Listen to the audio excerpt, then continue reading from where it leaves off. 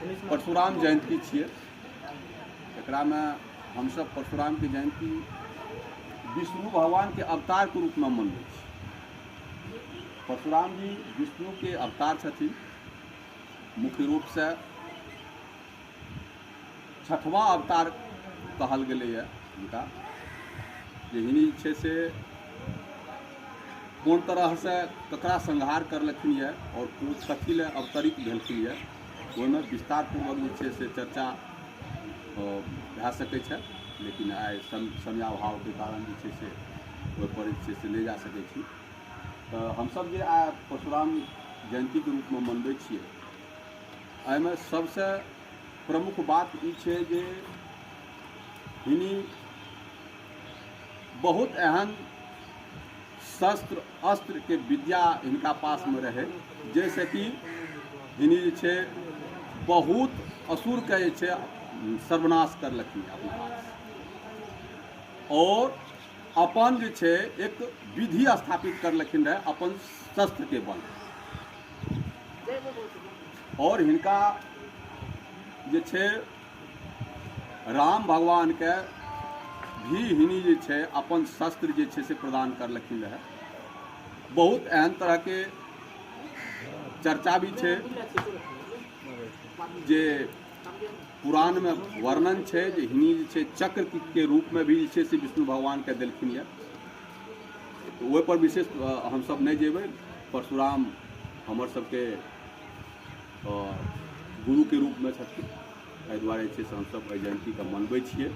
ई जयंती जे छै अक्षय तृतीया के हर वर्ष अक्षय तृतीया के दिन मनायल जाइ छै, एहि दिन हुनकर जन्म भेल। एहि दुआरे हमसब जे छै से हुनकर विशेष कए के जे छै से जयंती मनबै छियै, और हर वर्ष अहिना जयंती मनायल जाए। ई खारा ग्रामवासी के लेल बहुत बड़का उपलब्धि हेतै जे ब्राह्मण समाज में कम से कम ई मैसेज जाए जे ब्राह्मण समाज के भी एकजुट कोनो जे छै एक मंच होना चाहिए, जै पर कि ब्राह्मण समाज के बच्चा के, ब्राह्मण समाज के लोग के हित के लेल और भी चीज के लेल एक जगह बैठ के जे छै से आगू एकरा विषय में सोचल जाए। तो एहि विषय के लेल एकटा बहुत बड़ा आज का दिन छै, और एही विषय पर जे छै से हमसब जयंती के रूप में मनेबै, आ आगू से भी अहिना जयंती मनतै, आ ओहि पर विशेष कए के अपन भी बात राखल जेतै। आ एखना जे छै से जे भी बात और राखे वाला छी अहाँ सब राखे सकै छी, जे ब्राह्मण समाज के उत्थान के लेल या और भी चीज के लेल जे की करल जाए, ओहि पर दू शब्द जो बाजल चाहबै तऽ अहाँ सब बाजि सकै छी। एही साथ हम जे छै अपन वाणी के विराम दै छी। भगवान परशुराम का ये सौभाग्य की बात है कि हमारे ग्रामीण क्षेत्र में कहीं कोई मनाते नहीं हैं।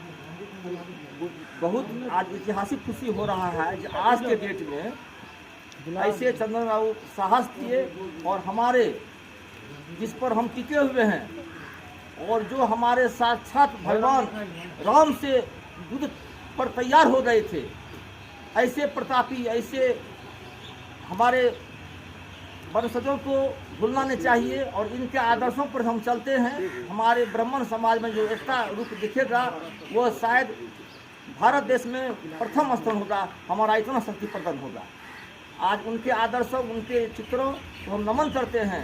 ऐसे हमारे महापुरुष, ऐसे भगवान परशुराम के रास्तों पर हम चलते हैं, तो हमारा ब्राह्मण समाज का उद्धार ही नहीं, बशर्ते ऐतिहासिक एक समाचार बनेगा। जय हिंद, जय भारत। सारे वक्ता यहाँ पे हो सकता है कि इस पर प्रकाश डाले होंगे कि परशुराम की क्या महत्ता है। परशुराम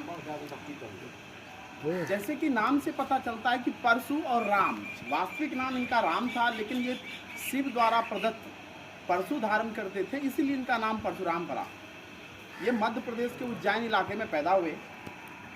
मुझे इसके जन्म से कोई लेना देना नहीं है, मुझे ये देखना है कि हम इससे क्या सीख सकते हैं। अगर हम किसी की जन्म या जन्मतिथि को मनाते हैं तो उससे हमें सीखने के लिए क्या मिलता है, ये देखना जरूरी है।